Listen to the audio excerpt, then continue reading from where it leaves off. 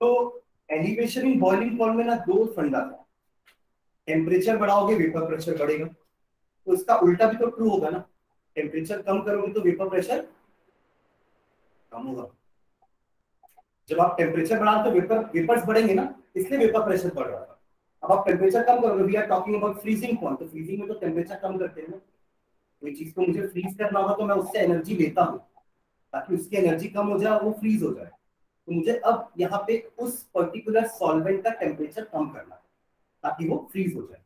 हमने last class में boiling point का एक नया डेफिनेशन पढ़ा था। अभी तक आप लोग बॉइलिंग पॉइंट कैसे डिफाइन करते थे लास्ट क्लास से पहले, कि boiling point is the temperature at which liquid या आपका कोई भी हाँ लिक्विड स्टार्ट्स बॉइलिंग, ठीक है, वो हमारा बॉइलिंग पॉइंट का डेफिनेशन होता है।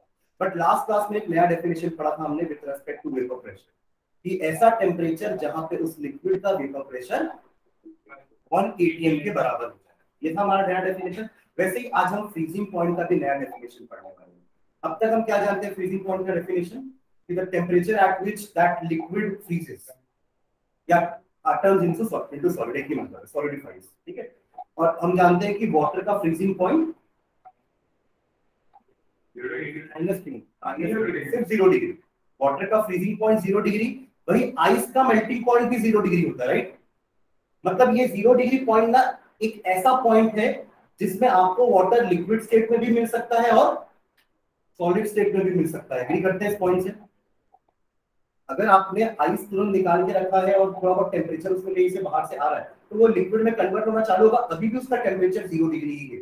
हम 9th क्लास में एक टॉपिक पढ़ते थे कि जब फेज ट्रांजिशन होता है ना, सॉलिड से लिक्विड, लिक्विड से गैस, या गैस से लिक्विड, या लिक्विड से सॉलिड, तो उस समय आपका टेम्परेचर कांस्टेंट हो जाता है। एक ऐसा क्वेश्चन लिखा कि why the temperature becomes constant during the change of phase, जबकि हम अभी भी बॉइलिंग कर रहे हैं। जैसे एक एग्जांपल है कि वाटर का बॉइलिंग पॉइंट हमें पता है 100 डिग्री होता है, हम वाटर को बॉइल करना चालू किए, हीट करना चालू किया मैंने नीचे से, उसका 100 डिग्री टेम्परेचर पहुंच गया, थर्मामीटर अभी भी लगा हुआ है उसमें, थर्मामीटर में हमने देखा 100 डिग्री पहुंच गया है, अभी भी हम हीट कर रहे हैं बट टेम्परेचर नहीं बढ़ रहा है, क्योंकि अब जितना भी हीट मैं दे रहा हूं ना उसके वेपराइज होने में काम आ रहा है, मतलब फोर्स ऑफ अट्रैक्शन तोड़ने में काम आ रहा है। और इस हीट को हम नाम देते थे latent heat of vaporisation. Latent का मतलब होता था छुपी हुई, हिडन। वो हीट टेम्परेचर नहीं बढ़ा रही है, तभी तो हिडन है। वो हीट क्या कर रही है, वो लिक्विड के मॉलिक्यूल्स के बीच के फोर्स ऑफ अट्रैक्शन को तोड़ रही है ताकि वो वेपर बन सके, समझ रहे हैं। तो ऐसा हर हर ट्रांजिशन में होता है। जब भी कोई एक पॉइंट पे, मतलब 100 डिग्री पे आपको दोनों चीजें मिलेंगी, वाटर लिक्विड फॉर्म में भी मिलेगा और वेपर फॉर्म में भी मिलेगा। In the same way 0 degree पे आपको वाटर लिक्विड फॉर्म में भी मिलेगा और सॉलिड फॉर्म में भी मिलेगा। मतलब आप ये बोल सकते हैं कि फ्रीजिंग पॉइंट एक ऐसा पॉइंट होता है, ऐसा टेम्परेचर होता है जहां पे वेपर प्रेशर दोनों का, सॉलिड फॉर्म का भी और लिक्विड फॉर्म का वेपर प्रेशर बराबर हो जाता है। उस पॉइंट ऑफ टाइम को हम फ्रीजिंग पॉइंट बोलते हैं, या उस टेम्परेचर को हम फ्रीजिंग पॉइंट बोलते हैं, ठीक है। एक सेंटेंस लिखना इसके यहाँ पे, इसमें हेडिंग डालिए ना sir, depression of freezing point या डिप्रेशन इन फ्रीजिंग पॉइंट, ठीक है। मतलब यहाँ पे अपन डिप्रेशन मतलब हम कम कर, मतलब फ्रीजिंग पॉइंट कम होने वाला है।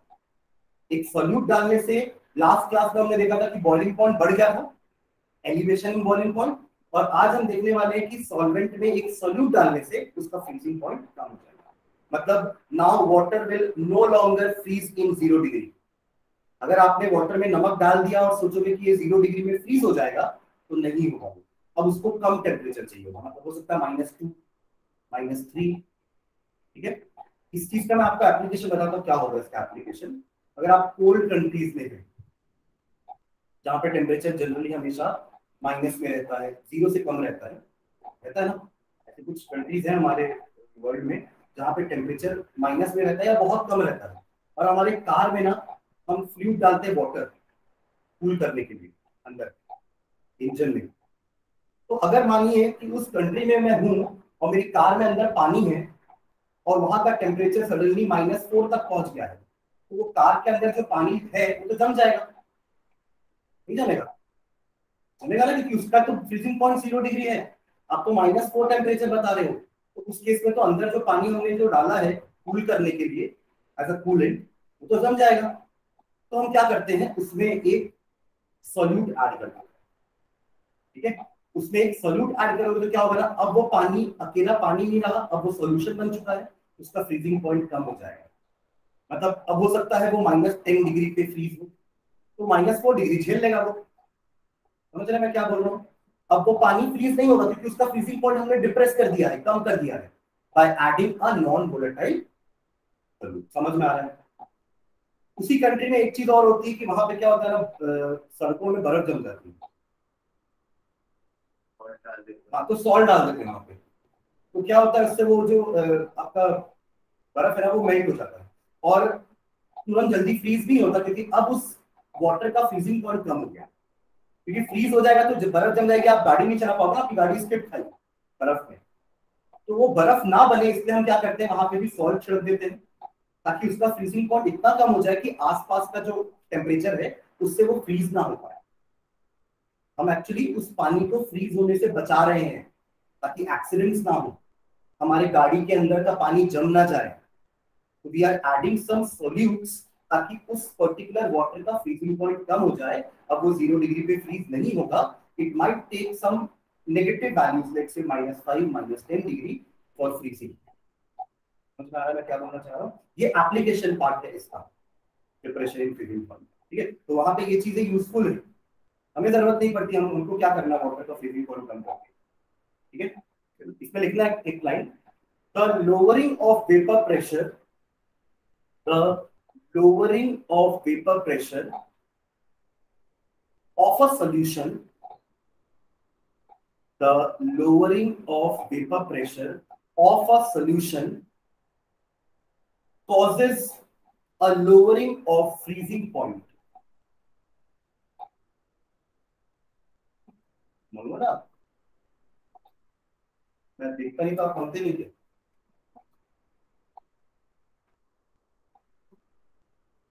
अब क्या लिखे? The lowering of vapor pressure of solution causes a lowering of the freezing point compared to that of the pure solvent.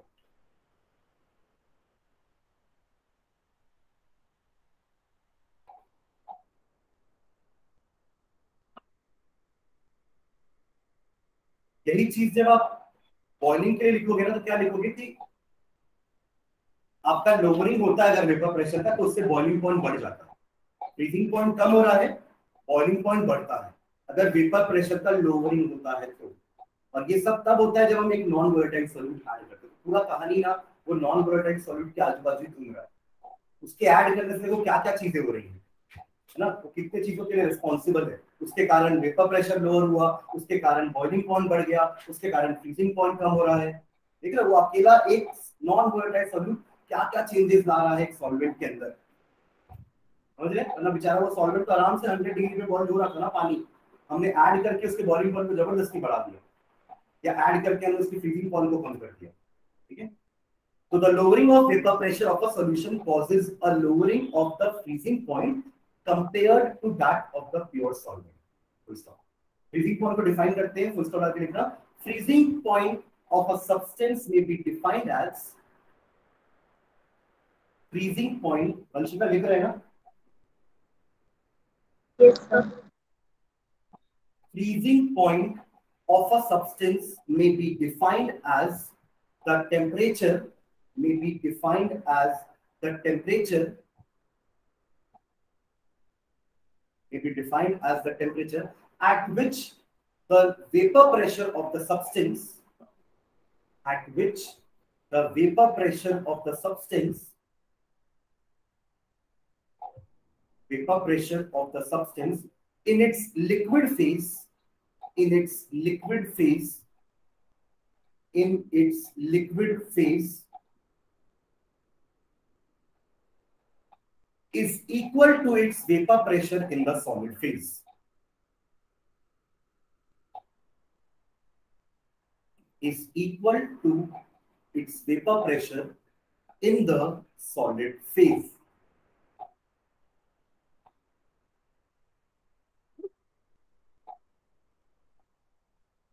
समझिए इसका मतलब, लिक्विड फेज का जो वेपर प्रेशर होगा, अगर वो जिस टेम्परेचर पे उसका वेपर प्रेशर सॉलिड फेज के वेपर प्रेशर के बराबर हो जाएगा, उस पॉइंट को हम फ्रीजिंग पॉइंट करेंगे, उस टेम्परेचर को हम फ्रीजिंग पॉइंट करेंगे, ठीक है। that is a solution will freeze, that is a solution will freeze, that is a solution will freeze when its vapor pressure equals the, that is a solution will freeze when its vapor pressure becomes equal to the vapor pressure of pure solid solvent, pure solid solvent।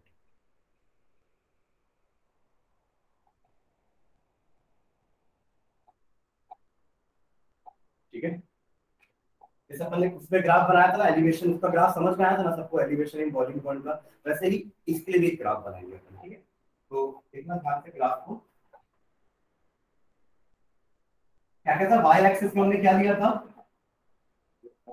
Vapour pressure, vapour pressure will be in the Y axis, और आपका temperature होगा in the X axis, okay, ठीक है। अब हमें बात करनी है सॉल्वेंट की, सॉल्यूशन की और सॉलिड सॉल्वेंट की। यहाँ पे 3 लाइंस आएंगी ग्राफ में, जैसे उसमें 2 ही लाइन थी और हमने एक 1 atm का प्रेशर लाइन बनाया था, यहाँ 1 atm तक तो पहुंचाना ही नहीं है, 1 atm तो बहुत हाई प्रेशर हो गया, उसके लिए हमको टेम्परेचर हाई देना पड़ता है ना, पर हम यहाँ तो टेम्परेचर हाई कर ही नहीं रहे हैं, यहाँ तो हम टेम्परेचर लो करें, तो यहाँ पे मुझे वो 1 atm की लाइन बनाने की जरूरत नहीं है, ये याद रखना।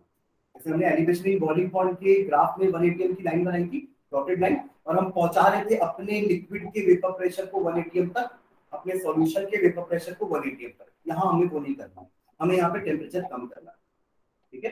तो मान लेते हैं लिक्विड सॉल्वेंट है आपका, 3 चीजें बोला ना मैंने, एक लिक्विड सॉल्वेंट, एक सोल्यूशन और एक उसका सॉलिड फ्रोजन वाला, ठीक है। जहां ये दोनों का वेपर प्रेशर बराबर होगा उसी को तो अपन फ्रीजिंग पॉइंट देंगे। तो यहाँ पे 3 लाइनें बनने वाली है। तो पहला बना लेते हैं अपन लिक्विड के लिए, मान लेते हैं ये आपका लिक्विड का है, राइट सी बात है, अगर आप टेम्परेचर कम करोगे तो वेपर प्रेशर कम होगा, वहां उल्टा कर रहे थे याद, टेम्परेचर बढ़ा रहे थे तो वेपर प्रेशर बढ़ रहा था, यहाँ तो अपन को टेम्परेचर कम करना, वी आर फ्रीजिंग, हम फ्रीज कर रहे हैं सॉल्यूशन को या लिक्विड को, तो फ्रीजिंग के समय हम टेम्परेचर को कम करते हैं, ना कि टेम्परेचर को बढ़ाते हैं, समझे, इसलिए मैं ग्राफ को ऐसा पीछे खींच रहा हूँ, क्लियर है यार पक्का। और ये आपका हो गया लिक्विड के लिए, तो मैं लिख देता हूँ, ठीक है, यहाँ पे ये हो गया आपका solvent, this is the line for solvent, pure solvent, पानी, पानी समझ लो, ठीक है।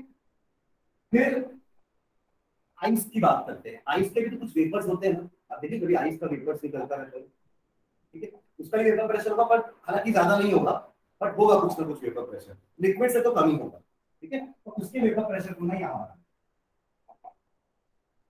उससे कम है, ठीक है। अब मैं इसको मैं लिख देता हूँ सॉलिड,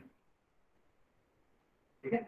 अब इसका टेम्परेचर मैं इतना कम करूंगा कि ये इससे ऐसा मीट करे, ठीक है, इक्विलिब्रियम, यानी कि सॉल्वेंट का वेपर प्रेशर सॉलिड फेज के वेपर प्रेशर के बराबर जिस टेम्परेचर पे होगा उसे हम फ्रीजिंग पॉइंट कहेंगे। यहाँ टीएफ लिखूं कि टीएफ नॉट लिखूं, सोच के बताओ, टीएफ नॉट, इसमें टीएफ बोला, टीएफ तो सॉल्यूशन का हो गया ना, ऊपर नॉट लगता है मतलब वो सॉल्वेंट है, प्योर सॉल्वेंट, यहाँ क्या हो जाएगा टीएफ नॉट, मतलब अगर मैं पानी की बात करूंगा तो ये 0 डिग्री पॉइंट है, एग्री करते हो उससे, अगर मेरा सॉल्वेंट पानी है तो ये 0 डिग्री है, क्योंकि हमें पता है कि 0 डिग्री पे पानी और आइस दोनों एग्जिस्ट कर सकते हैं, एग्री पक्का। अब बात करते हैं सॉल्यूशन की, सॉल्यूशन का वेपर प्रेशर इससे कम होगा, इससे थोड़ा ज्यादा होगा, क्योंकि सॉल्यूशन में लिक्विड है ना, सॉलिड में तो पूरा सॉलिड ही था, और जरूरी नहीं कि सॉलिड का वेपर प्रेशर ज्यादा रहे, हाँ अगर वो सॉलिड सबलाइन है, सबलाइन समझते हैं, सब्लिमेशन, जहां पे सॉलिड डायरेक्टली वेपर में चेंज होता है, अदरवाइज हमें जितने सॉलिड पता है सबसे पहले वो मेल्ट होते हैं, लिक्विड फॉर्म में आते हैं, फिर वो बॉयल होते हैं और गैस बनते हैं, बट सब्लिमेशन एक प्रोसेस हमने 9th क्लास में पढ़ा है जिसमें सॉलिड डायरेक्टली वेपर बन जाता है without coming into liquid form, पढ़े definition, camphor, naphthalene, ammonium chloride, iodine, dry ice, ये सब, ये पांचों एग्जांपल ऐसे सब्सटेंस हैं जो सबलाइन सब्सटेंस होते हैं, जो डायरेक्टली सॉलिड फॉर्म से वेपर बन जाते हैं without coming into liquid form, तो उनका वेपर होगा, तो उसके कारण वेपर प्रेशर भी होगा, समझ रहे हैं, तो सॉलिड का भी वेपर प्रेशर होता है, कहने का मतलब ये है, ठीक है। सॉल्यूशन का वेपर प्रेशर मैं थोड़ा इससे नीचे बना रहा हूं लाइक दिस, ठीक है। अब ये भी आप इसका टेम्परेचर और कम करोगे, ये इस पॉइंट पे आपके सॉलिड से मिल रहा है, दैट इज ये आपका हो जाएगा सॉल्यूशन। तो डेफिनेशन क्या है, एक सॉल्यूशन का फ्रीजिंग पॉइंट वो टेम्परेचर होता है जहां पे सॉलिड फेज का वेपर प्रेशर और सॉल्यूशन का वेपर प्रेशर सेम होता है, और इस टेम्परेचर को हम कहेंगे TF। समझ गए, कम हो गया ना। अगर आप लोगों को पिछला बॉइलिंग पॉइंट वाला ग्राफ याद हो, बॉइलिंग पॉइंट वाले ग्राफ में हमने क्या देखा था, देखो सॉल्यूशन का बॉइलिंग पॉइंट ज्यादा था, टीबी आगे है, टीबी नॉट पीछे, नॉट पीछे है, टीबी आगे है। समझ रहे, तुरंत इसमें देखना आपका नॉट आगे होगा और टीएफ पीछे, वहां एलिवेशन हुआ था, यहां डिप्रेशन हुआ। आप क्या बोल रहे थे, वर्ड विकास, डिप्रेशन ही बोला था, मुझे लगा कुछ और होता, प्रोडक्शन है तो कुछ, ठीक है। समझ में आया ग्राफ। तो यहाँ पर तीन चीजें बनी, क्योंकि सॉल्वेंट और सॉल्यूशन इन दोनों का ही हमें सॉलिड फेज के साथ वेपर प्रेशर को कंपेयर करना, इसलिए तीन लाइन बनी है, ठीक है। वहां हम किससे कंपेयर कर रहे थे, वहां हम 1 atm से कंपेयर कर रहे थे, समझ रहे हैं। यहाँ हम अपने सॉलिड का वेपर प्रेशर अपने लिक्विड से बराबर करने की कोशिश कर रहे हैं एट लो टेम्परेचर। तो जिस टेम्परेचर पे ऐसा होगा उसे हम फ्रीजिंग पॉइंट कहेंगे। तो this is the freezing point of pure solvent, this is the freezing point of solution, and the difference is known as depression in freezing point denoted by ΔTF। समझ गए, graph बना लो, graph समझ में आना चाहिए, ठीक है। तो मैथ्स वाले उनको जल्दी समझ में आएगा ग्राफ, ऐसा नहीं बोल रहा कि बायोलॉजी में नहीं आएगा। ग्राफ तो आप लोग 9 10 में पढ़ते थे क्या।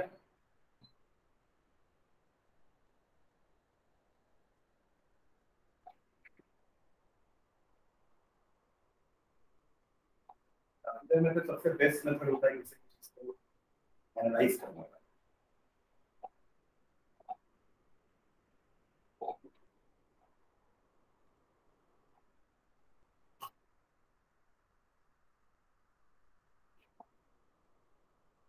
वंशिका क्लियर है।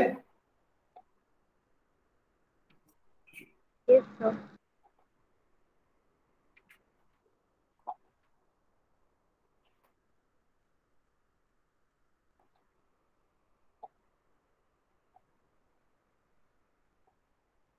डन। इसमें लिख लो ऐसा, जो टीएफ नॉट, टीएफ जो डेल टीएफ सब क्या है, इसको नीचे लिख लेना ग्राफ के जस्ट नीचे। Let TF not be the freezing point of pure solvent, let TF not be the freezing point of pure solvent,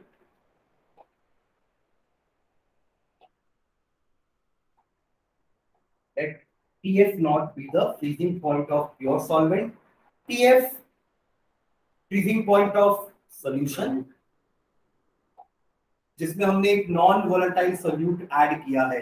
याद रखना, ये चीज नॉन वोलेटाइल सोल्यूट ऐड करने के बाद ही हो रही है ना, लेकिन नॉन वोलेटाइल सोल्यूट के ऐड करने से ही वेपर प्रेशर कम हो जाता है। समझ रहे हैं, ऊपर ये नीचे इसलिए बना है, ठीक है। हमने ऐसी थोड़ा बना दिया है, जानबूझ के नहीं बनाया, मतलब जान करके बनाया है कि ये इसका वेपर प्रेशर कम हो जाता है, ठीक है।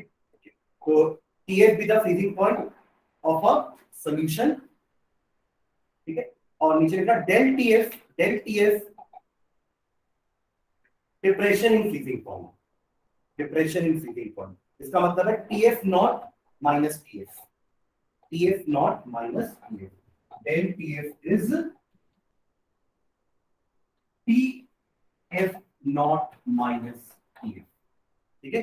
तो जस्ट लाइक जैसे हमने डेल टीबी पढ़ा था ना कि del TB was directly proportional to molality, वैसे ही ये भी होता है, ठीक है। इसका और उसका स्टडी जो एक्सपेरिमेंटल है वो यही बताता है कि आपका ये जो डिप्रेशन इन फ्रीजिंग पॉइंट है it is directly proportional to molality, ठीक है। तो अगली लाइन में लिख लो उस चीज को भी, similar to elevation of boiling point, similar to elevation of boiling point, similar to elevation of boiling point,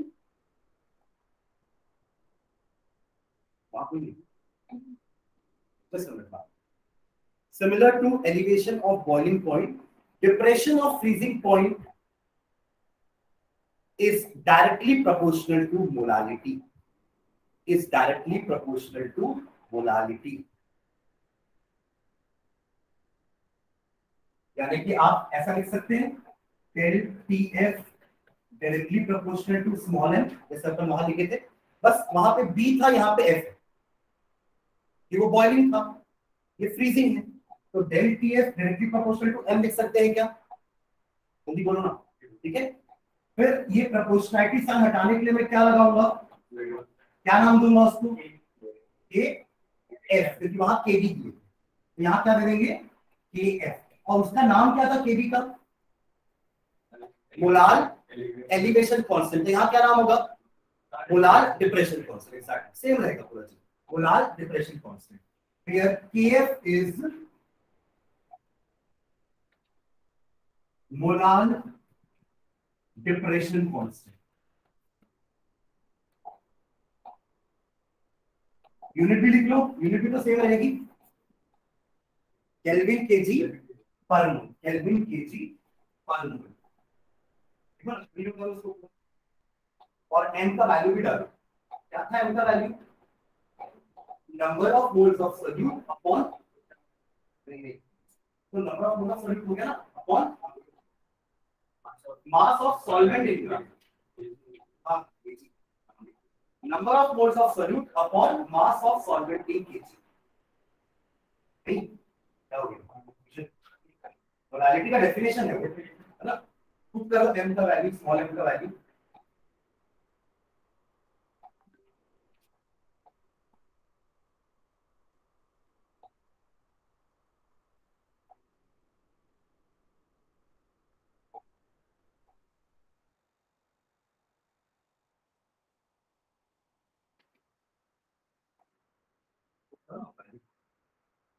वो आपके स्मॉल में जब पुट करो केएफ के साथ फॉर्मूला डिराइव करो, सिंपल है, जैसे अपन ने टीवी के लिए किया था ना, सेम है, उससे मत टापना, ठीक है। स्मॉल m हो जाएगा number of moles of solute लिखा, उसको सिंबल में कैसे लिखते हैं अपन, n2, याद रखो, ठीक है, n2। और नीचे क्या लिखूं, जल्दी बताओ, W1, n1 क्यों बोल रहे हो, अपन मोल फ्रैक्शन नहीं लिख रहे जो आप लोग n2 upon n1 plus n2 बोल रहे हो बार बार। Molality is number of moles of solute upon mass of solvent in KG, और सॉल्वेंट के लिए अपन वन सब्स्टिट्यूट यूज करते हैं, और मास के लिए या वेट के लिए W, तो यहाँ हो जाएगा W1। देखो ये सब तो वेरिएबल्स है, आप नाम अपने हिसाब से दे सकते हो, बट आपको समझ में आना चाहिए वो है क्या। आप इसको m1 दे दो ना, मेरे कोई दिक्कत नहीं, स्मॉल m दे दो, कोई दिक्कत नहीं, बट वहां नीचे लिखना पड़ेगा where small m1 is the mass of solvent in kg, वरना गड़बड़ हो जाएगा, समझ रहे हैं। ओके, तो ये वैल्यू को आप यहां पुट करो, और n2 को भी तो ब्रेक कर सकते हो, और हाँ, तो W2 अपॉन m2, मास इन ग्राम अपॉन मोलर मास, ऐसे तो निकालते हैं नंबर ऑफ मोल्स, सब वही किए जो किए थे अपन बॉइलिंग पॉइंट में भी। ये सारी वैल्यूज को यहां पुट कर दो, आपका डेल टीएफ का फार्मूला आ जाएगा, क्या होगा, del TF is equals to KF n की जगह n2 बाय W1, और मान लेते हैं ये ग्राम में दिया है क्वेश्चन में, ऊपर 1000 मल्टीप्लाई कर देते हैं केजी में कन्वर्ट करने के लिए, कैसा लोग याद रखना, फिर हमने इसको ग्राम में रखा है तभी मैं 1000 मल्टीप्लाई कर रहा हूं, अगर मैं केजी में रखूंगा तो 1000 मल्टीप्लाई करने की जरूरत नहीं है, सेम लाइक टीपी, ठीक है। ओके, नाउ n2 को भी चेंज कर लेते हैं, del tf is equals to kf, n2 की जगह W2 अपॉन m2, ऑलरेडी नीचे W1 है, ऊपर 1000 है, this is the formula for del tf। अगर आप del tb का फॉर्मूला देखोगे ना, सिर्फ क्या चेंज है, यहाँ पे kf की जगह kb, बाकी पूरा फॉर्मूला सेम, समझ रहे हो। और इसी को शफल करके m2 का फॉर्मूला निकाल सकते हैं, क्योंकि हमारा मेन काम तो यही है, determination of molar mass of solute, तो m2 का फॉर्मूला निकल जाएगा। हाँ, ये सब इधर 1000 into kf into W2 upon del tf, बस del tf को नीचे लाना है, m2 को इधर लाना है, बस आपका m2 का फॉर्मूला आ जाएगा। तो m2 will be kf into W2 into 1000 upon del TF into W1। This will be the formula for finding molar mass of the solute, and this is the formula for finding the depression in freezing point. ठीक है, same पूरा formula वैसा ही है delta TV की तरह, कुछ नया नहीं है, बस और एक कांस्टेंट नया आ गया है जिसको अपन ने नाम दिया है मोलार डिप्रेशन कांस्टेंट, है ना। इसका एक और नाम है गायरोस्कोपिक कांस्टेंट भी बोलते हैं इसको, गायरोस्कोपिक, CRYOSCOPS, लिख लो इसका नाम नीचे ऊपर, आप लोगों ने नाम तो यहाँ लिखा है ना मोलार डिप्रेशन कांस्टेंट, और करके एक और नाम लिख लो इसका CRYO gyroscopic, CRYOSCOPIC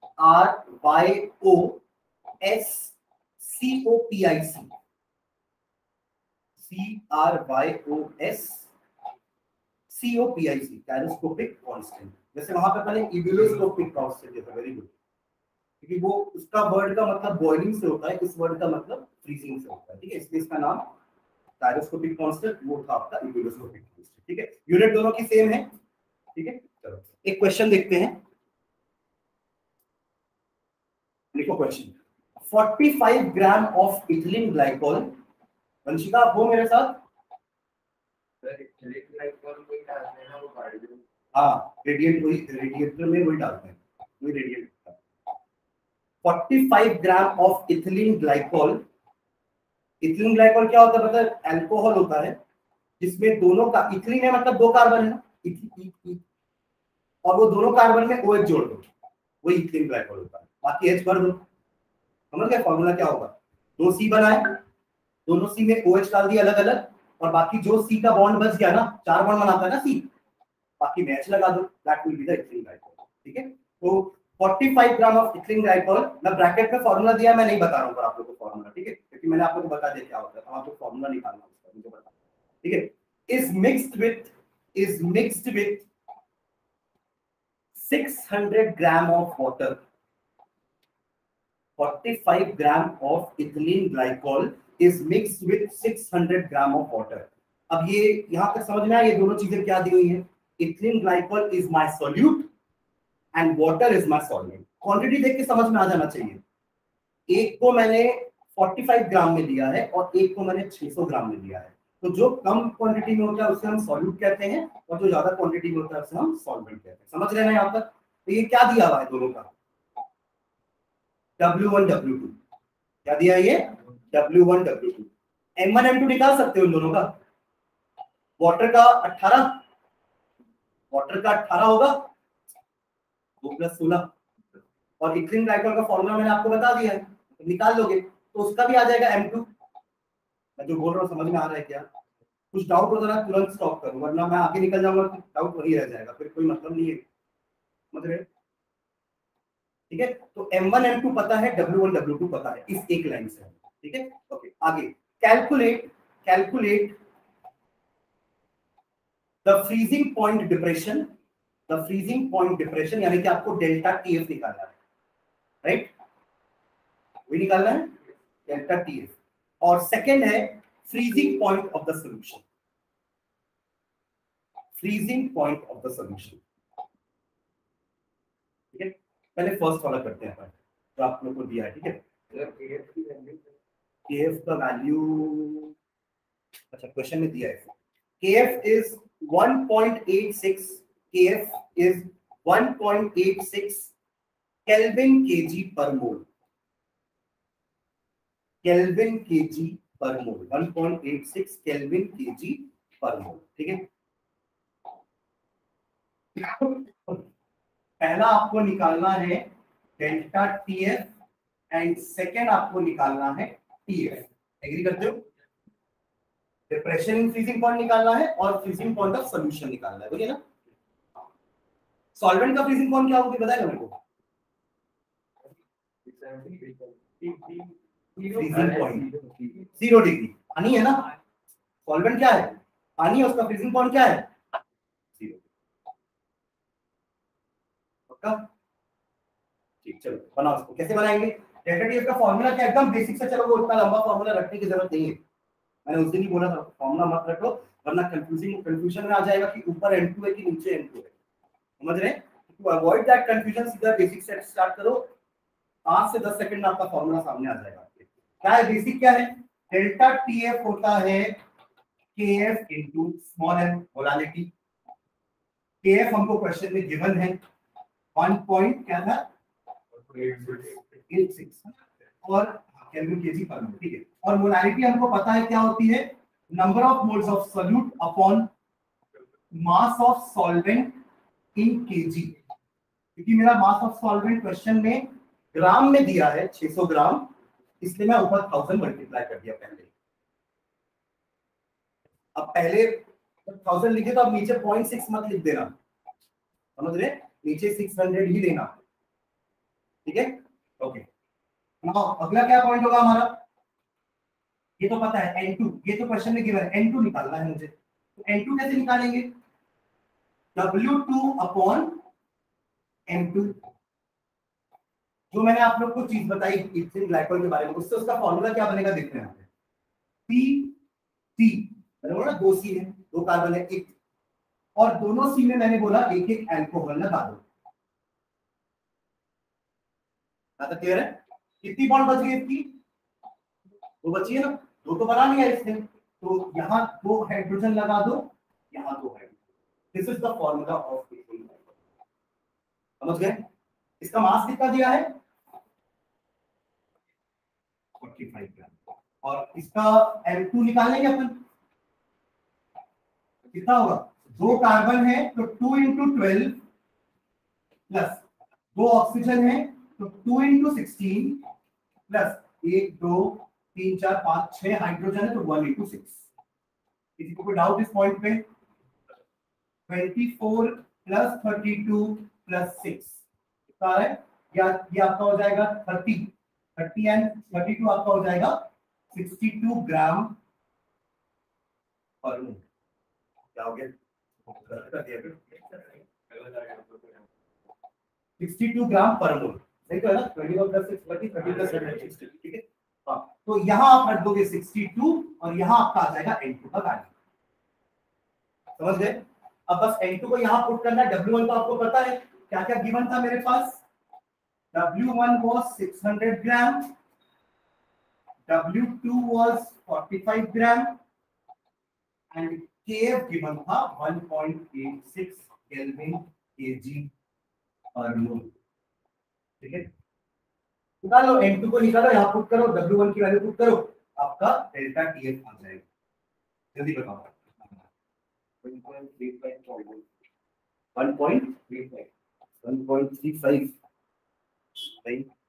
final delta TF बता रहा है, नहीं 1.35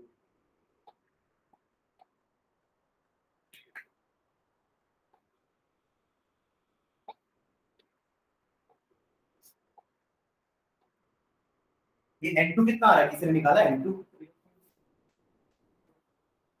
0.7 और मैक्सिमम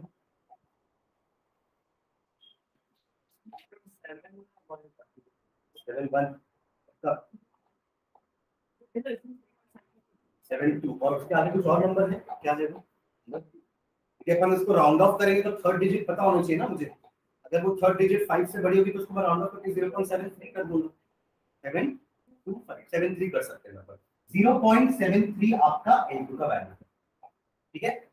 अब इस N2 की वैल्यू को मैं यहां पुट कर देता हूं तो डेल्टा TF क्या हो जाएगा 1.86 into 0.73 into 1000 upon 600, ठीक है। ये 2 0 और ये 2 0 कैंसिल, तो सॉल्व करना पड़ेगा बस, ये भी हो जाएगा सॉल्व, ये तो 6 और ये आपका 0.31 सिंपल है, तो नीचे थोड़ा खत्म हो गया, बस यही दो मल्टीप्लाई करना है। 31 into 73 कितना आ रहा है, ये तो कर सकते हैं, सिंपल है। 31 into 73 बाद में 10 मल्टीप्लाई भी करना है ना,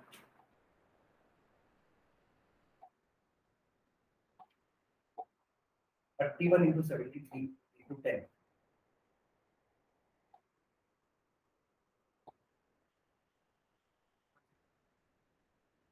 इन दोनों को मल्टीप्लाई किया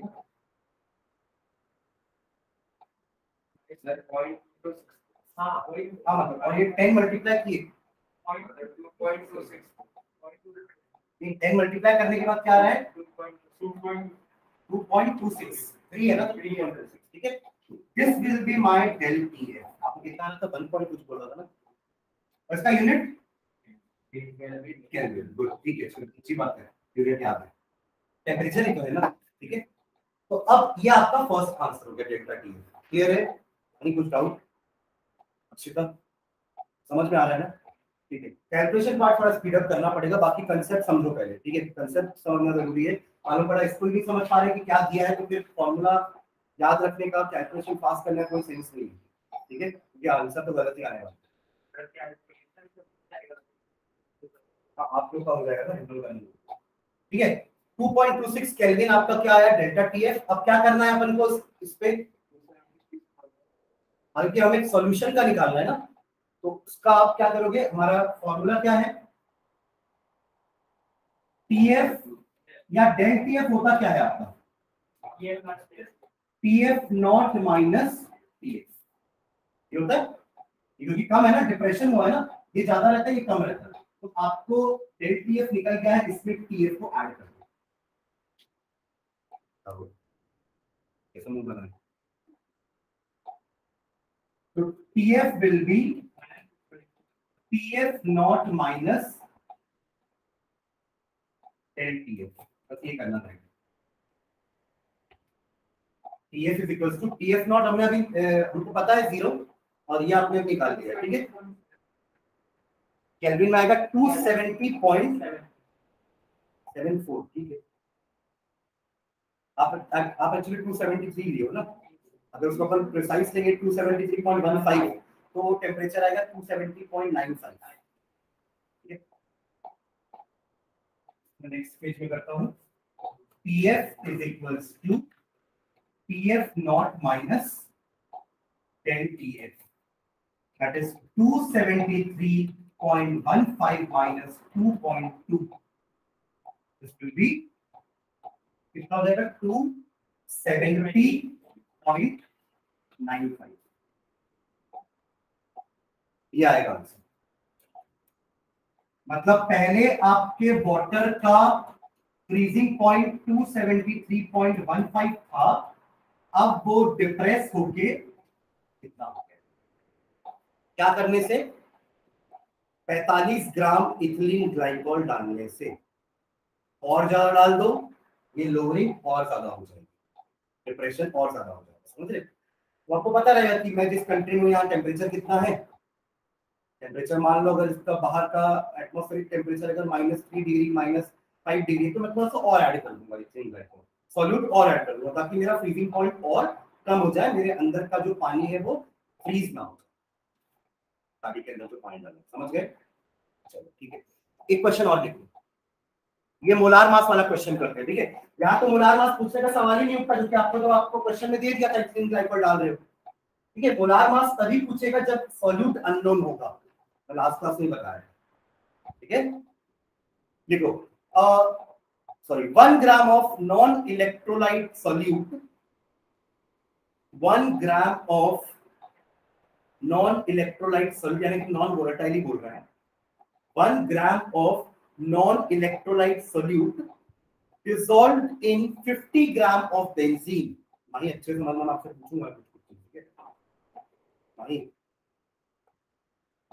आंसर क्वेश्चन लिखना। ठीक है, हाँ 50, 1 gram of non-electrolyte solute dissolved in 50 gram of benzene lowered the freezing point of benzene by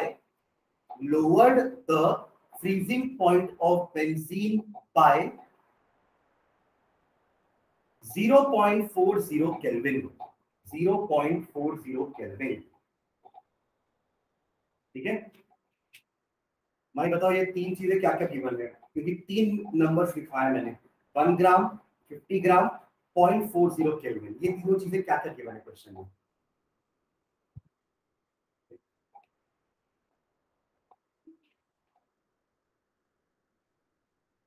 हाँ ट्राई करो ना, कुछ गलत होगा तो मैं बैठा हूँ खड़ा हूँ क्या 1 ग्राम, मतलब क्या लिखूं यहाँ पे मैं, W1 लिखूं, W2 लिखूं, M1 लिखूं, M2 लिखूं, W कॉन्फिडेंटली बोलो ना, तो W2 1 ग्राम दिया, सब एग्री करते हैं? ठीक है, उसके बाद आगे W1 50 ग्राम। चलो ठीक है, ये पहचानना बहुत जरूरी है। ठीक है, सॉल्यूट का मास दिया है, सॉल्वेंट का मास दिया है, तो W1 W2 गिवन। और ये जो लास्ट में 0.40 केल्विन है, ये क्या है?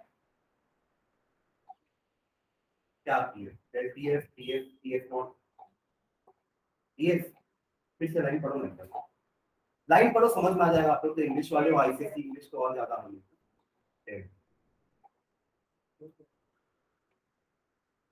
समझ गए पक्का? ओके चलो, full stop. The freezing point depression constant, the freezing point depression constant, Vanshika को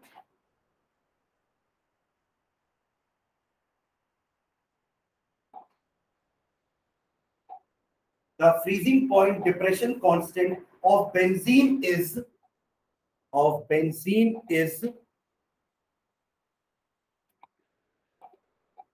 5.12। जो पीछे दिया था 1.86 वो वाटर का था ना, बेंजीन का दिया है 5.12 केल्विन केजी पर मोल। अब ये तो यूनिट देख के समझ में आ जाती है क्या दिया हुआ है ये।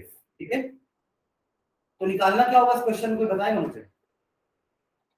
M2 find the molar mass of solute, find the molar mass of solute, find the molar mass of solute।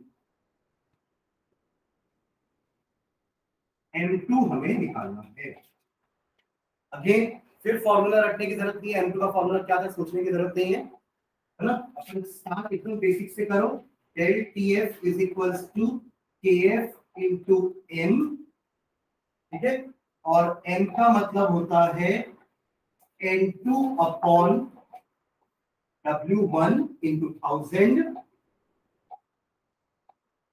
ठीक है, और N2 होता है, बोलो ना कोई, W2 अपॉन N2। देखो 2 मिनट में ही लगा, 2 मिनट बहुत ज्यादा बोल दिया मैंने। और रखते ना फॉर्मूला तो यहाँ कंफ्यूजन होता कि W2 ऊपर है कि W1 नीचे रहेगा। आ गया आंसर पर मोल। बस N2 निकालना है, बाकी सारी चीजें तो गिवन है। तो इसके न्यूमेरिकल में फॉर्मूला बेस्ड ही है, बस आपको समझना है कि क्या क्या चीजें गिवन है। ठीक है, बस वही अंडरस्टैंडिंग होनी चाहिए, बाकी तो कैलकुलेशन होगा और कुछ नहीं। क्वेश्चन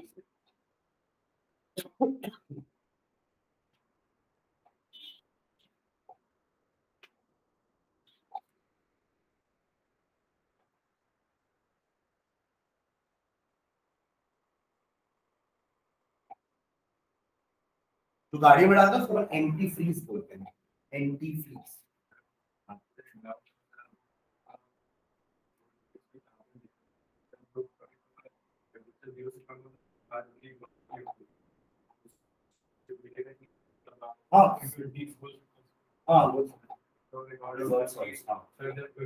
बारिश होती है लेकिन ओले भी गिरते हैं, लेकिन उसको तो उसमें क्या होता है जो ओले गिरते जाए, अगर वो मीटिंग पॉइंट तो बाकी पानी पर ही लूंगा।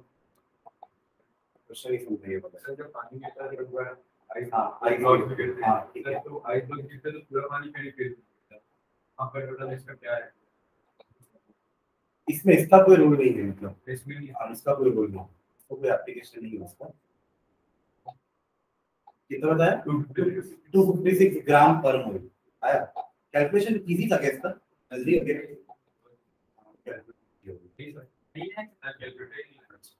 ठीक है, मतलब इजी कैलकुलेशन था आपका। आगे अक्षय था 256 ग्राम पर मोल। एंड इसका एप्लीकेशन पार्ट वाला है, दोनों एप्लीकेशन लिख लेते हैं। फर्स्ट एप्लीकेशन लिखना, application first in making anti freeze solution, in making anti-freeze solution।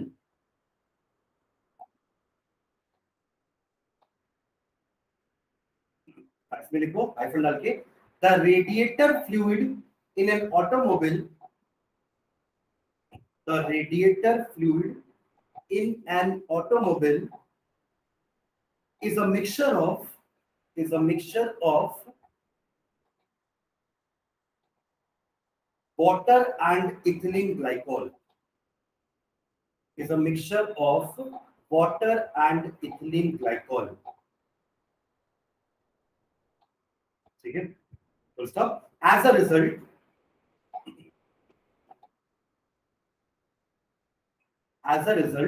of freezing point depression, as a result of freezing point depression,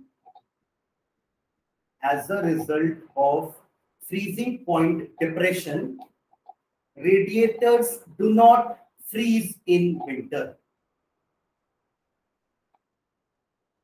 Radiators do not freeze in winter. ठीक है, unless it is very cold, एकदम -10 -20 degree Celsius है तो अलग बात है. ठीक है, सेकंड लिखना. In melting of ice on the roads, in melting of ice on the roads, in melting of ice on the roads, hyphen डाल के लिखो उसमें. इस प्रोसेस को ना हम रोड सॉल्टिंग बोलते हैं. रोड में सॉल्ट छिड़कना, road salting. Road salting takes advantage of this effect.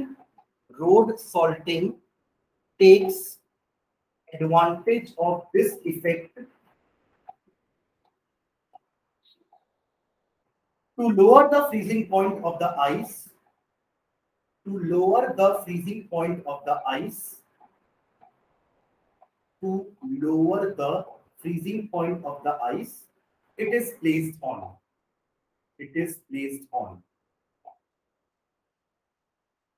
उससे क्या होगा, उसका फ्रीजिंग पॉइंट अगर कम हो गया है तो वो आइस अब आइस नहीं रहेगी, वो मेल्ट होके वाटर हो जाएगी, तो बर्फ नहीं जमेगा आपके रोड में. Full stop. Lowering the freezing point allows the street ice. Lowering the freezing point allows the street ice. Lowering the freezing point allows the street ice to melt at lower temperature. To melt at lower temperature. Preventing the accumulation of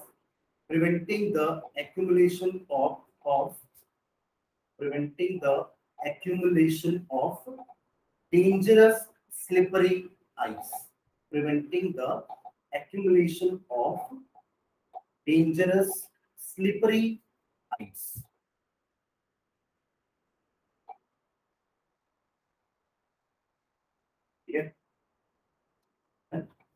चलो next head डाल दो. Last property हमारी कौन सी बच गई है? Osmotic pressure. तो पहले ऑस्मोसिस भी लिखेंगे इसी में, तो हेडिंग आप लोग दोनों डालना, osmosis and osmotic pressure. Osmosis and osmotic pressure. Osmosis and osmotic pressure. Okay. क्या होता है ऑस्मोसिस? आप लोग पढ़े हो ना ऑस्मोसिस को, तो डिफाइन करेंगे osmosis.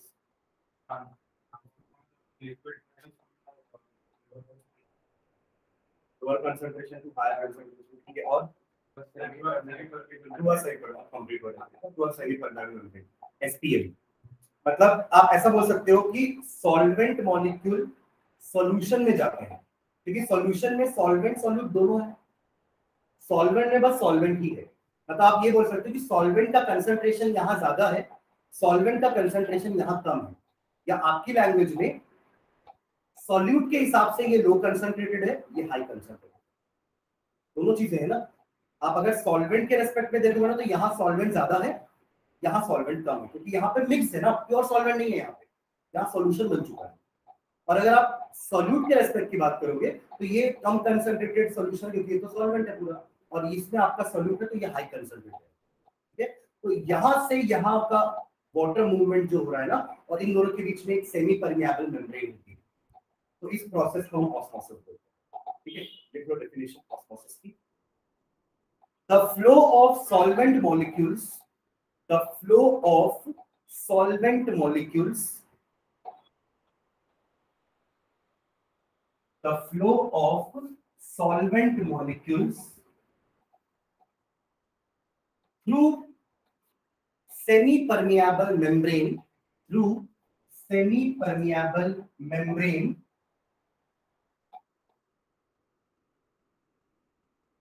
from pure solvent to the solution, from pure solvent to the solution is called osmosis. It's called osmosis.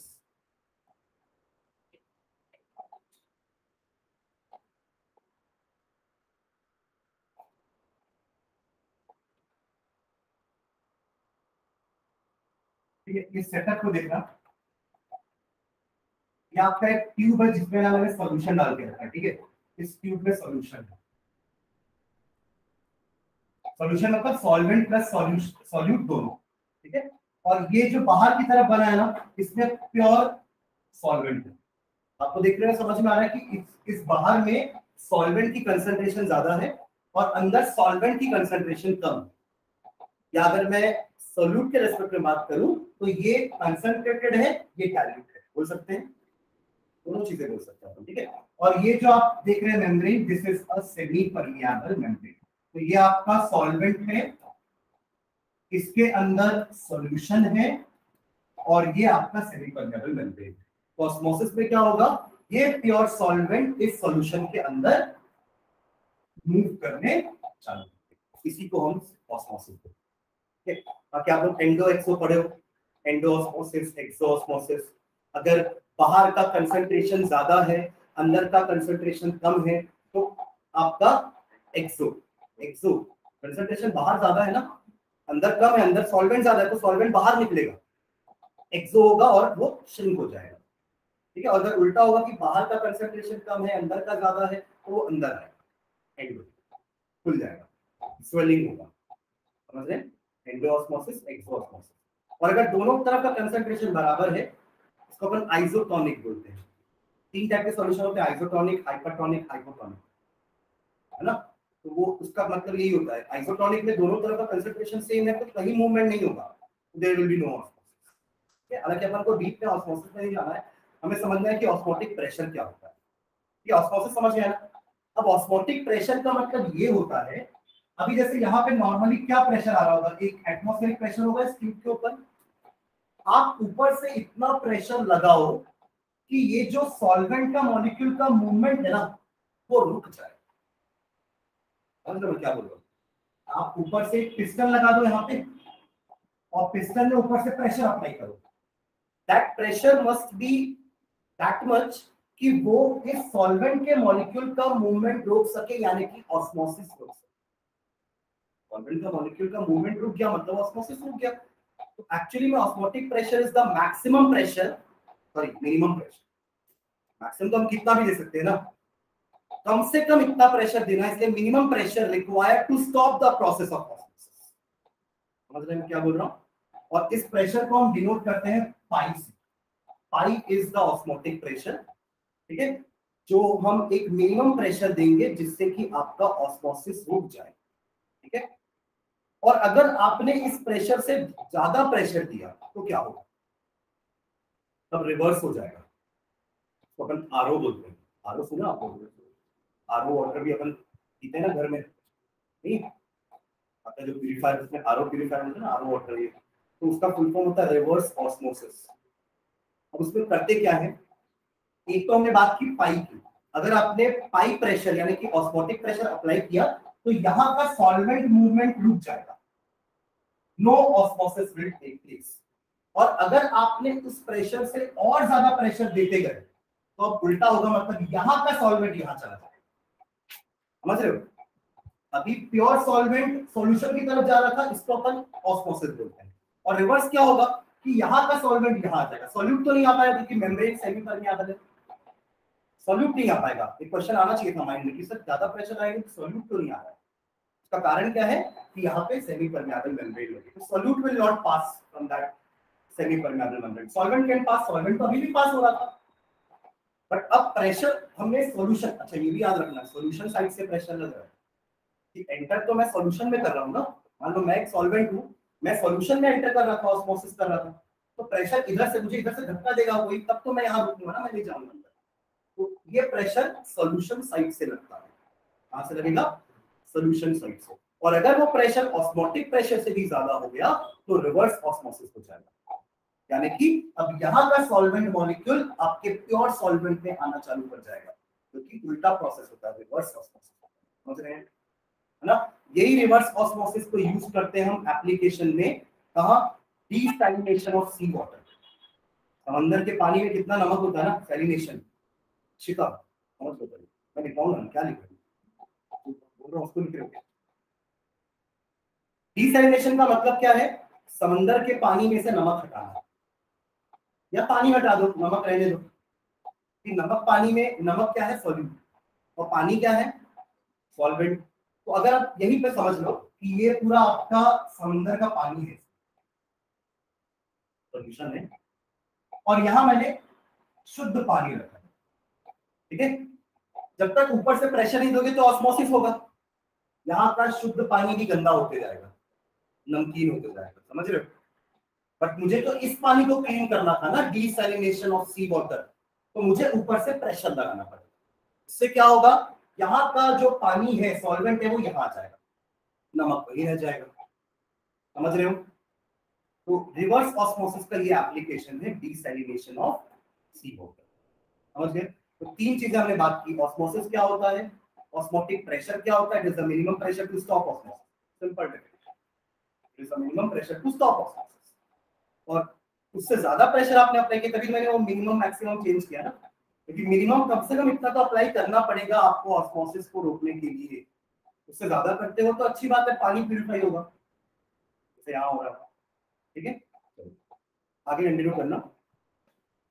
Definition is called osmosis, लिख लिया ना, फुल स्टॉप डालना। In osmosis, solvent molecules always flow from. In osmosis, solvent molecules always flow from. Solvent molecules always flow from lower concentration to higher concentration of solution. Of solution जरूर लिखना, ठीक है। In osmosis, solvent molecules always flow from lower concentration to higher concentration of solution. क्या ये बोल लो, solvent जहां ज्यादा है वहां से वो ऐसी जगह जाएगा जहां सॉल्वेंट कम है, ये भी बोल सकते हैं, ठीक। From the higher concentration of solvent बोलना पड़ेगा फिर वहां पे, यहां हमने सॉल्यूशन लिखा है ना, तब ये डेफिनेशन करेक्ट है। पर अगर आप इसको अलग सॉल्वेंट के टर्म्स में डिफाइन करना चाहोगे ना, तो आपको ऐसा लिखना पड़ेगा कि high concentration of solvent to low concentration of solvent, ये भी सही है, ये भी गलत डेफिनेशन है, ठीक है। ये डायग्राम बना दो, समझ में आ रहा है डायग्राम। बाहर वाला सॉल्वेंट है, इसके अंदर वाला सॉल्यूशन है, ठीक है। अब ये भाई भाई मत करो, अभी हम सिर्फ ऑस्मोसिस को डिफाइन कर रहे हैं, अभी प्रेशर वेशर मत करो, मैंने हालांकि सब समझा दिया आपको, तो बस हमको लिखना है, ठीक है।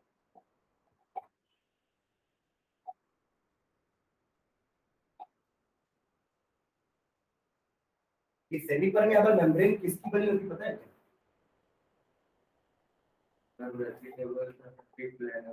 हाँ, चारकोल का नहीं, वो फिल्टर होता है साहब।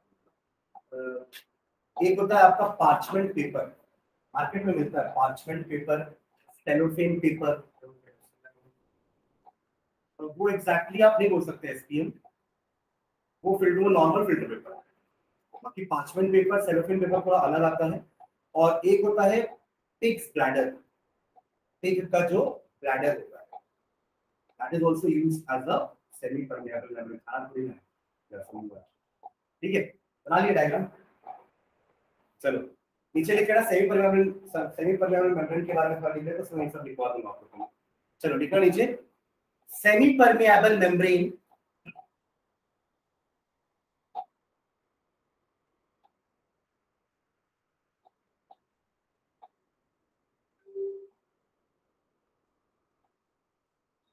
can pass solvent molecules, but the passage of bigger molecules like solute is hindered, रोक देगा, is hindered, HINDERED is hindered. ठीक है, full stop. These membranes can be these membrane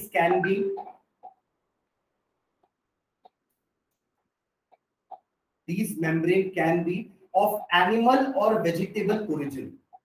These membranes can be animal or vegetable origin, such as pig's bladder,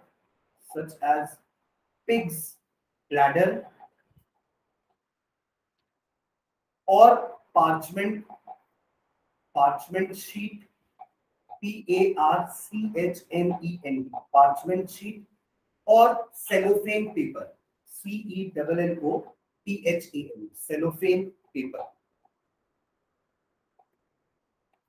ठीक है, ये बात हो गई SPM की. अब अपन आते हैं ऑस्मोटिक प्रेशर है ना. इसका डेफिनेशन लिख लेते हैं, समझ में तो आ गया क्या होता है. देख लो, the pressure that just stops the flow of solvent, the pressure that just stops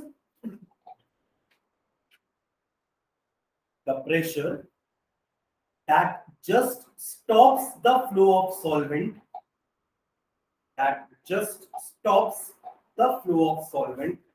is called osmotic pressure of the solution.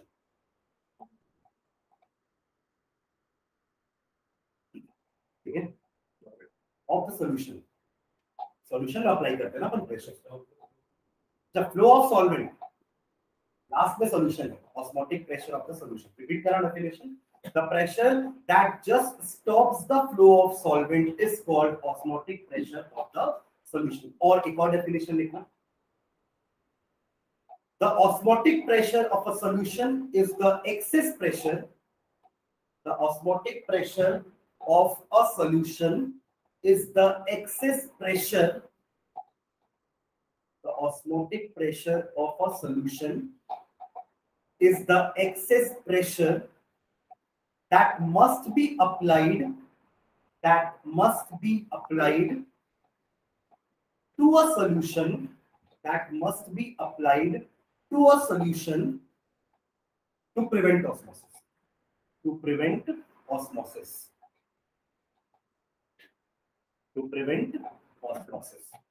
ठीक है. और ये भी क्वालिटेटिव प्रॉपर्टी, आप जितना ज्यादा सॉल्यूट ऐड करोगे ना, आपको उतना ज्यादा प्रेशर लगाना पड़ेगा to prevent the flow of solvent. ठीक है, तो एक लाइन इसके बारे में भी लिख लो. Osmotic pressure is a qualitative property. Osmotic pressure is a qualitative property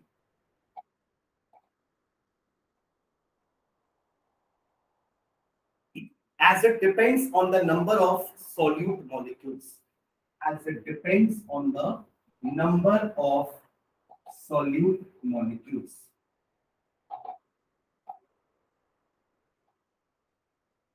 ठीक है, ये एक डायग्राम और बना लो. solute molecules, the qualitative property की definition ही है, is the property which depends upon the number of solute molecules, not on the nature. ठीक है, ये डायग्राम बना लो. ऊपर का डायग्राम सिर्फ ऑस्मोसिस समझने के लिए बनाए थे, यहाँ ऑस्मोटिक प्रेशर इंट्रोड्यूस करेंगे. ठीक है,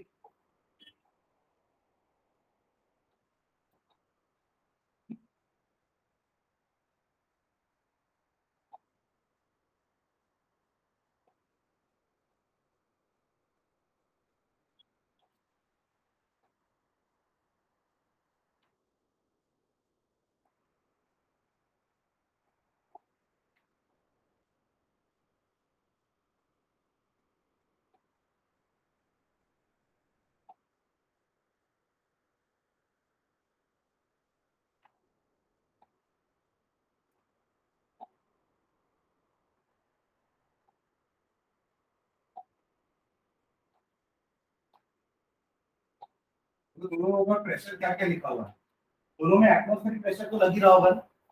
तो P80M मतलब एटमॉस्फेरिक प्रेशर, और सॉल्यूशन साइड में मैंने पाई लिखा है, ऐड किया है. That is the osmotic pressure, the additional pressure, the excess pressure we are applying on the solution to stop the flow of solvent from solvent to solution, that to stop the osmosis. ठीक है,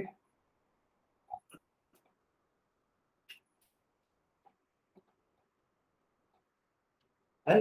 इसका भी एक derivation expression बना लेते हैं, तीनों में किया ना हमने। रिलेटिव डोबरिंग का भी हमने एक्सप्रेशन निकाला है, टीबी का भी निकाला था, डेल्टा टीबी का, डेल्टा टीएफ का भी निकाला था, इसका भी निकाले थे पाई का। ठीक है, तो इसके लिए लाइन लिखना for a dilute solution, for a ये सबका बन गया ना diagram. For a dilute solutions experimentally it was found that for dilute solutions experimentally it was found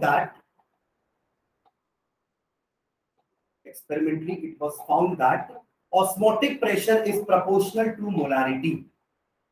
molarity है ना, लिटी osmotic pressure is proportional to molarity, comma डाल के सी लिख देना। कंसंट्रेशन का यूनिट क्या होता है? मोल पर लीटर।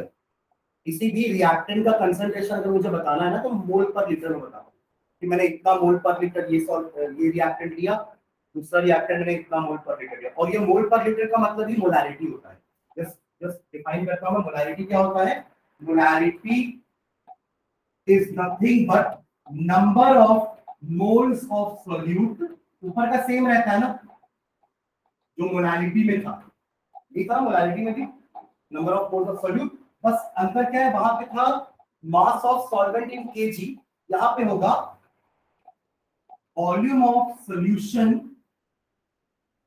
इन लीटर्स। ये डिफरेंस है दोनों में। ठीक है, इसको आप कैपिटल एम से डिनोट करो या कभी कभार सी से भी डिनोट करते हैं। कंसंट्रेशन यूनिट हो जाएगी इसकी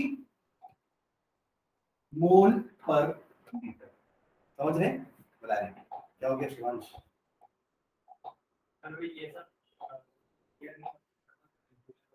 कल करेंगे ना अपन। ठीक है यहाँ तक। तो पाई जो अपन ने ऊपर लिखा ना कि आपका ये डायरेक्टली प्रोपोर्शनल टू मोलारिटी है, तो pi is equals to C R T, ये आपका फॉर्मूला होता है ऑस्मोटिक प्रेशर का। एक्चुअली आप बोल सकते हो directly proportional to molarity, directly proportional to temperature, और प्रोपोर्शनलिटी साइन हटाने के लिए हमने आर लगाया, दैट इज गैस कांस्टेंट।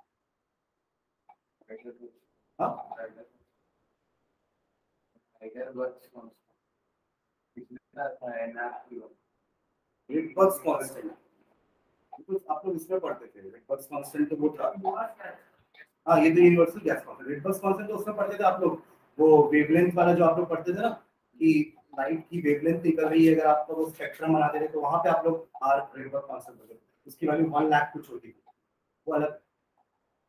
ठीक है, ओके, ये लिख लो pi is equals to CRT where नीचे लिख लेना where C is the molarity of the solution, where C is the molarity of the solution, R is the gas constant,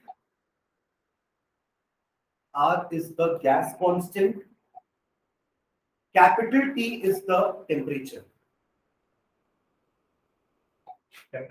मतलब ये बोल सकते हैं कि experimentally osmotic pressure is directly proportional to concentration and directly proportional to temperature, and to remove that proportionality sign we have multiplied a constant that is gas constant. ठीक है, अब इसकी वैल्यू निकालते हैं क्योंकि अपन को अल्टीमेटली m2 का formula भी तो कैलकुलेट करना है ना, m2 molar mass of solute.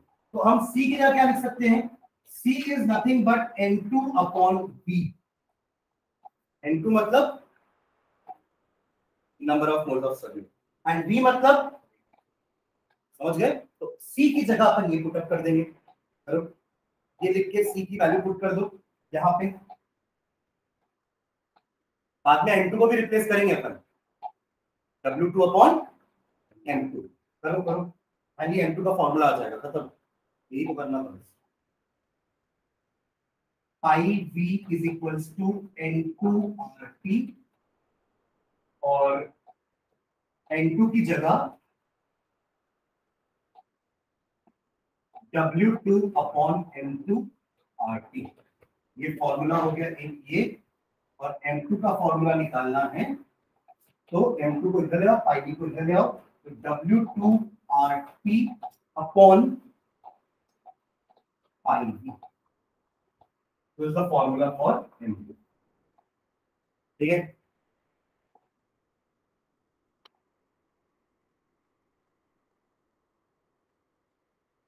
जल्दी से क्वेश्चन लिखते हैं। ये हो गया सबका, एक क्वेश्चन लिखिए फटाफट। 200 centimetre cube of an aqueous solution, 200 centimeter cube of an aqueous solution of a protein contains protein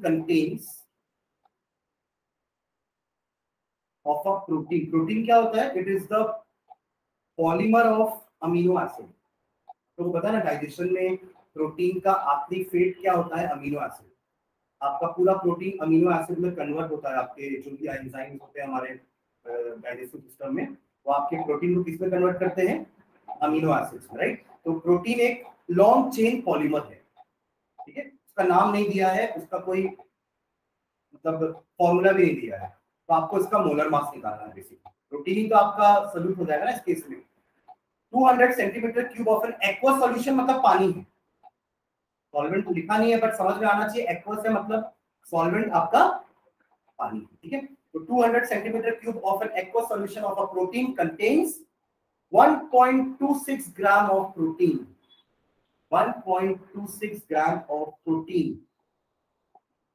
Full stop. The osmotic pressure of such a solution at the osmotic pressure of such a solution at the osmotic pressure of such a solution at 300 Kelvin is found to be 300 Kelvin is found to be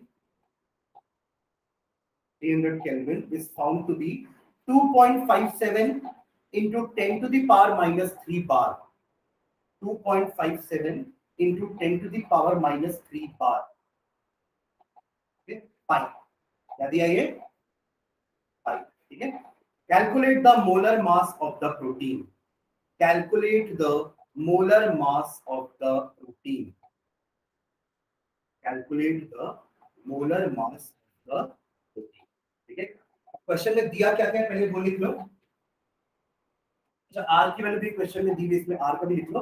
given r is 0.083 litre bar per mole per kelvin. R is equal to 0.083। इसकी value थोड़ी very करती है अगर आप unit change करोगे तो। R की दो तीन वैल्यूज होती हैं, कई बार हम क्वेश्चन में 8.314 भी यूज करते हैं, और उस केस में हम अभी जैसे आपका प्रेशर बार में दिया है ना, अगर प्रेशर आपका एटीएम में दिया होगा तो हम 8.314 यूज करते हैं। ठीक है, मैं आपको और एक बार R की वैल्यूज दिखा दूंगा अलग अलग यूनिट के हिसाब से। अभी क्योंकि प्रेशर बार में दिया है ना, इसलिए हम R की वैल्यू लिख रहे हैं 0.083 litre bar per mole per kelvin. ठीक है, litre bar per mole per kelvin. अब देखो क्या क्या गिवन आपको क्वेश्चन में। पाई गिवन है, that is 2.57 into 10 to the power minus 3 बार। उसके अलावा सबसे पहले जो 200 लिखा है वो वॉल्यूम है, that is 200 centimetre cube, but we have to convert this into litres. देखिए हमारे मोलारिटी में नीचे सॉल्यूशन का वॉल्यूम लीटर में लिखते हैं, सेंटीमीटर क्यूब या मीटर क्यूब में नहीं लिखते हैं। तो इसको सेंटीमीटर क्यूब से मीटर लीटर में कैसे कन्वर्ट करेंगे अपन? तो एक सिंपल सा फंडा होता है हमारा, 1 मीटर क्यूब का मतलब ना 1000 लीटर, ये याद रखना। फिर ये याद रखना तो आप कन्वर्ट कर लोगे। और ये याद रखने के लिए क्या एक आप माइंड में एक चीज कर सकते हो, ध्यान देना है आप एक बार। 1 मीटर क्यूब का मतलब क्या होता है? एक ऐसा क्यूब जिसका साइड 1 मीटर है। नहीं, समझ लो एक ऐसा क्यूब बड़ा है जिसका साइड इतना होता है ना 1 मीटर, तो इतना बड़ा एक क्यूब पड़ा है यहाँ पे। तो ये होता है ना, तीनों साइड बराबर होता है, उसका लेंथ भी 1 मीटर होगा, उसका ब्रेथ भी 1 मीटर होगा, उसका हाइट भी 1 मीटर होगा, राइट। लेंथ ब्रेथ हाइट, तो वो 1 मीटर का क्यूब यहाँ पड़ा है, समझ लो। इसमें मैं 1000 लीटर पानी डाल सकता हूँ। बड़ा तो होगा ना, 1000 लीटर पानी आ जाएगा इसमें। तो एक बॉटल में 1 लीटर पानी आ रहा है, तो ऐसे में 1000 बॉटल यहाँ पे खाली कर सकता हूँ। बस ये रिलेशन ऐसा, 1 मीटर क्यूब मतलब 1000 लीटर। ऐसा होता नहीं है, मैं बता रहा हूँ आप लोग, ठीक है, याद रखने के लिए ये चीज। ठीक है, अब इससे अपन ऐसा भी कर सकते हैं कि 1 लीटर का मतलब 1/1000 मीटर क्यूब होता है। एग्री? इधर इसको नीचे ले आया और करते हैं 1 लीटर का मतलब 1/1000 मीटर क्यूब होता है, राइट। अब मुझे तो सेंटीमीटर क्यूब में कन्वर्शन करना है, तो मैं मीटर को सेंटीमीटर में कन्वर्ट करता हूँ। तो 1 मीटर में 100 सेंटीमीटर होते हैं, तो 1 litre is equals to 100 into 100, क्योंकि 1 मीटर का मतलब 100 सेंटीमीटर बना, और ये क्यूब भी है, इसलिए मैं 3 बार 100 इंटू 100, मैंने मीटर की जगह 100 डाल दिया, 100 सेंटीमीटर। समझ गए क्या बोल रहा हूँ मैं? और ये हो जाएगा आपका सेंटीमीटर क्यूब, और नीचे 1000 डिवाइडेड में ये 2 0 1 0 कैंसिल, तो क्या आया? 1 लीटर का मतलब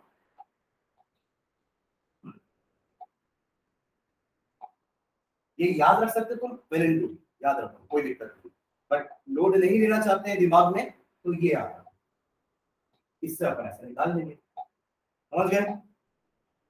1 लीटर का मतलब 1000 सेंटीमीटर क्यूब होता है, तो 200 सेंटीमीटर क्यूब का मतलब कितना लीटर होगा?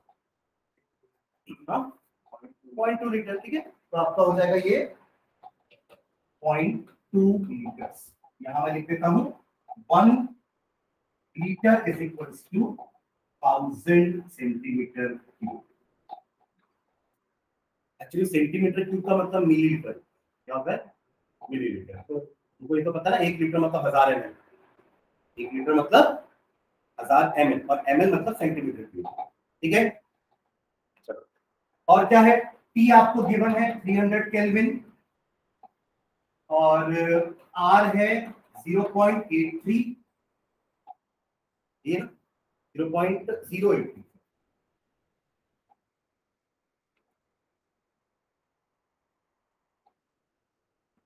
लीटर पर केल्विन, ठीक है। बस वैल्यूज पुट कर दो M2 के लिए, क्या हो जाएगा फॉर्मूला? पाई भी नीचे था और W2 RT ऊपर, बस फॉर्मूला पुट करना है, वैल्यू आपका आंसर आ जाएगा। ठीक है अक्षिता, क्लियर है? अगेन फॉर्मूला बेस्ड क्वेश्चन, 4 फॉर्मूले पढ़ लिए अपन इस चैप्टर में अभी तक। मोलारिटी इनके फॉर्मूले छोड़ दूं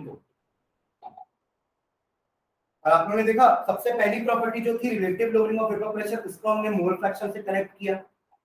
उसके बाद की दोनों प्रॉपर्टी, एलिवेशन डिप्रेशन वाली प्रॉपर्टी को हमने मोलारिटी से कनेक्ट किया, और इसको मोलारिटी से। समझ गए?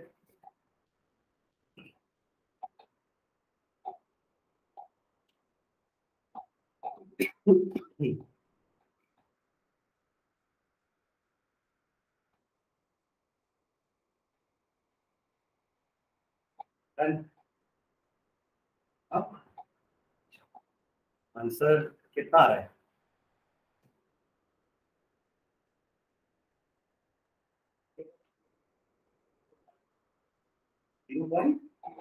नहीं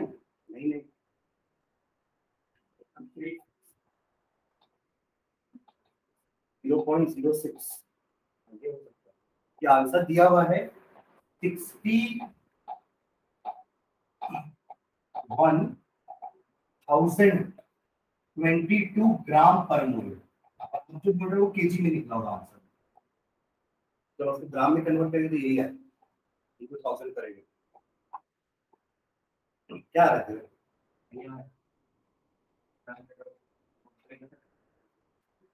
ठीक है, एक बार ट्राई करना चाहता हूं।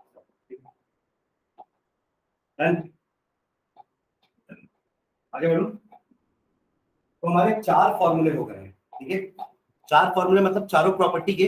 एक आपका relative lowering of vapour pressure, सबसे पहला था हमारा relative lowering of vapour pressure, ठीक है, and that was equal to mole fraction of solute, right.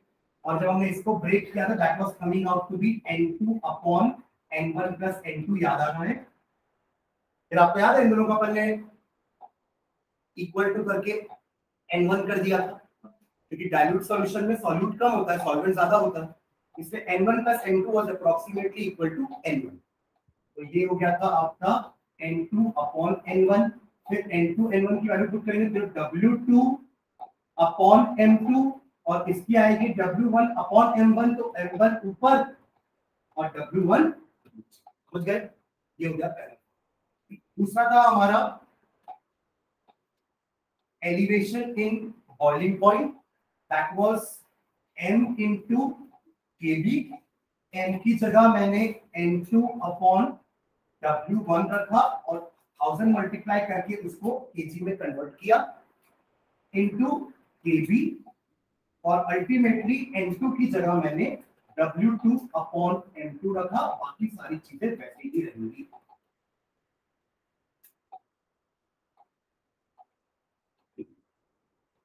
समझ रहे हो? फिर थर्ड हमने पढ़ा delta TF M KF n2 into 1000 into kf upon w1 is equals to w2 into 1000 into kf upon m2 into w1। ठीक है?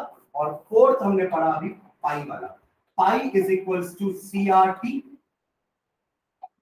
ठीक है, कैथोड रे ट्यूब, ऐसे याद रखो। ठीक है, बाकी इनको मतलब सबका पता है। ठीक है, फिर C की जगह मैंने रख दिया N2 अपॉन VRT, फिर N2 की जगह रख दिया मैंने W2 upon M2 VRT।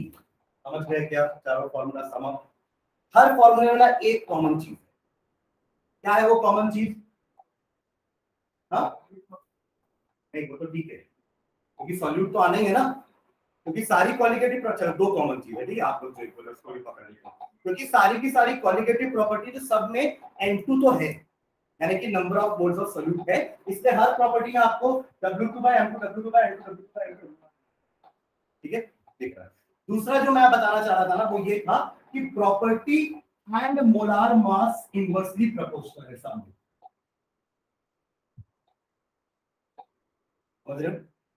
Formula याद रखने का टेक्निक बता रहा हूँ, याद मत रखना, पर अगर समझ में आए तो याद कर लो। क्या टेक्निक है? प्रॉपर्टी अगर आपने लिखा है तो नीचे M2 आना है, और M2 के साथ ऑपोजिट वाले का W आना है, यानी कि 1। समझ रहे हो? और ऊपर फिर M2 है तो ऊपर W2 तो रहेगा, क्योंकि N2 था है ना, और उसका साथ में M1।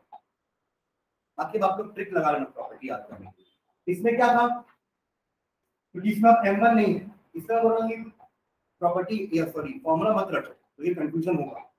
ठीक है, ये आपका चाल का समाप्त हो गया।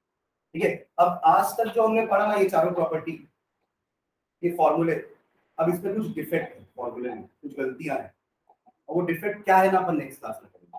ठीक है, पर चारों प्रॉपर्टी हमने पढ़ ली है। चारों प्रॉपर्टी का फॉर्मूला ये है, इसके बेसिस पे दो टाइप के क्वेश्चन आ सकते हैं, या तो प्रॉपर्टी का वैल्यू पूछेगा या तो मोलर मास का वैल्यू पूछेगा। पर एकदम पूरा फॉर्मूला बेस्ड क्वेश्चन है, इसमें अपन को कुछ और एक्स्ट्रा दिमाग नहीं लगाना है। ठीक है, आपको टर्म्स पता होने चाहिए कि सब क्या क्या है, क्वेश्चन में क्या क्या गिवन है। ठीक है, तो एक काम बस ये करते हैं कि नेक्स्ट क्लास में आने से पहले कुछ क्वेश्चंस में प्रैक्टिस कर दूंगा, उसको आप लोग ट्राई कर लेना एक बार। एक प्रैक्टिस शीट बना देता हूं मैं अभी तक की, और नेक्स्ट क्लास में अपन लोग करेक्शन वाला फैक्टर पढ़ेंगे, वो करेक्शन क्या है और क्यों है, और फिर नया फॉर्मूलेस क्या बनेंगे नेक्स्ट क्लास। और अच्छा, एक और चीज मैं पूछना था सबसे, अगर मैं टाइमिंग थोड़ा आगे कर दूं, सब कंफर्टेबल है? तू कंफर्टेबल है मुझे पता है, बाकी सब लोग कंफर्टेबल है। इसमें पूरा सबका घर आसपास में है, तो अगर 6 बजे भी आए तो 6 से 7:30 आप